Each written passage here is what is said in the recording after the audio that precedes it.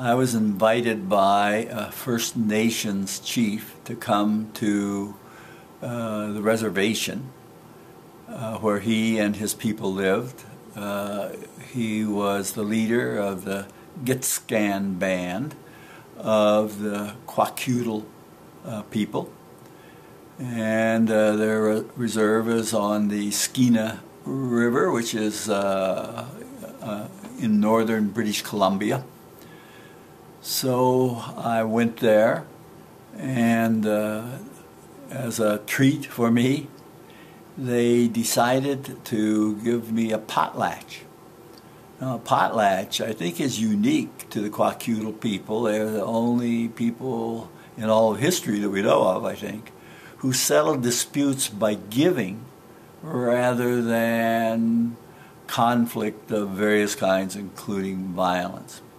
So a potlatch is when people who have had some tension or problems with each other from various bands come together, and each band has a large number of presents that they give to the other band.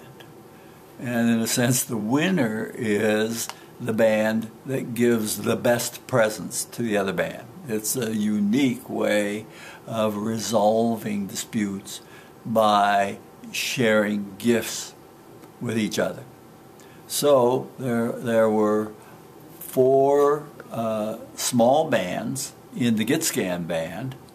I think they were the Fox and the Frog and the Burning Bush and the Bear. And they sat on four sides in sort of a large room that had tables in a square, open square, with each group sitting on its side. And then they began to give gifts to each other.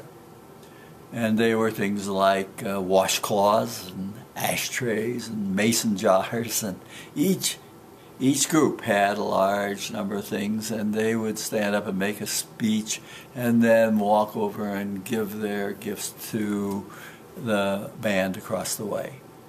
And it was a stirring experience for me.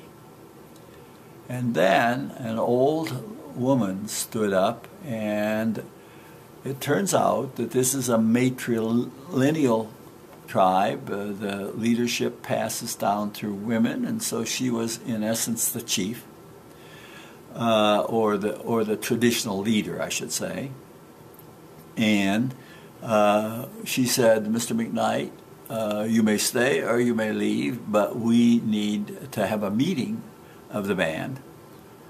And I said, "Well, I'd be happy to stay." And so she began, and she pointed to 6 old people in the room. She says, "There's Joe Bearclaw and Naomi Arrow," and each one she named, these 6 people.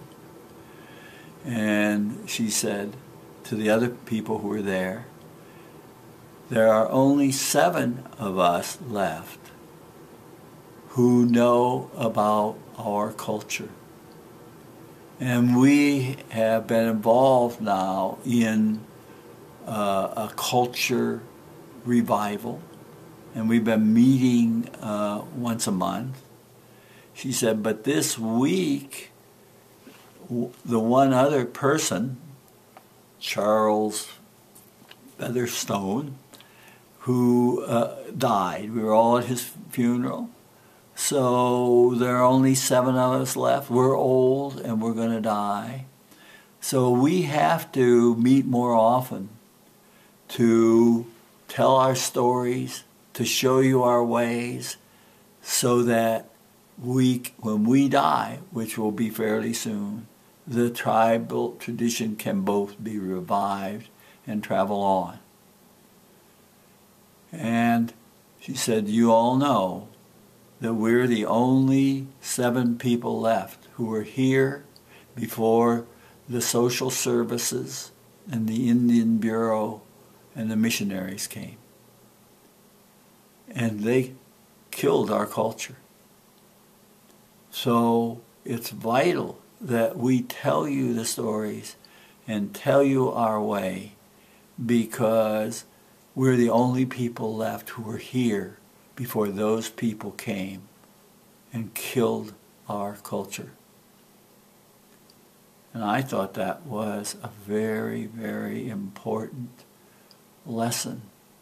I wonder how many people who were from the social services, from the Indian Bureau, or from religious groups, ever thought of themselves as culture killers.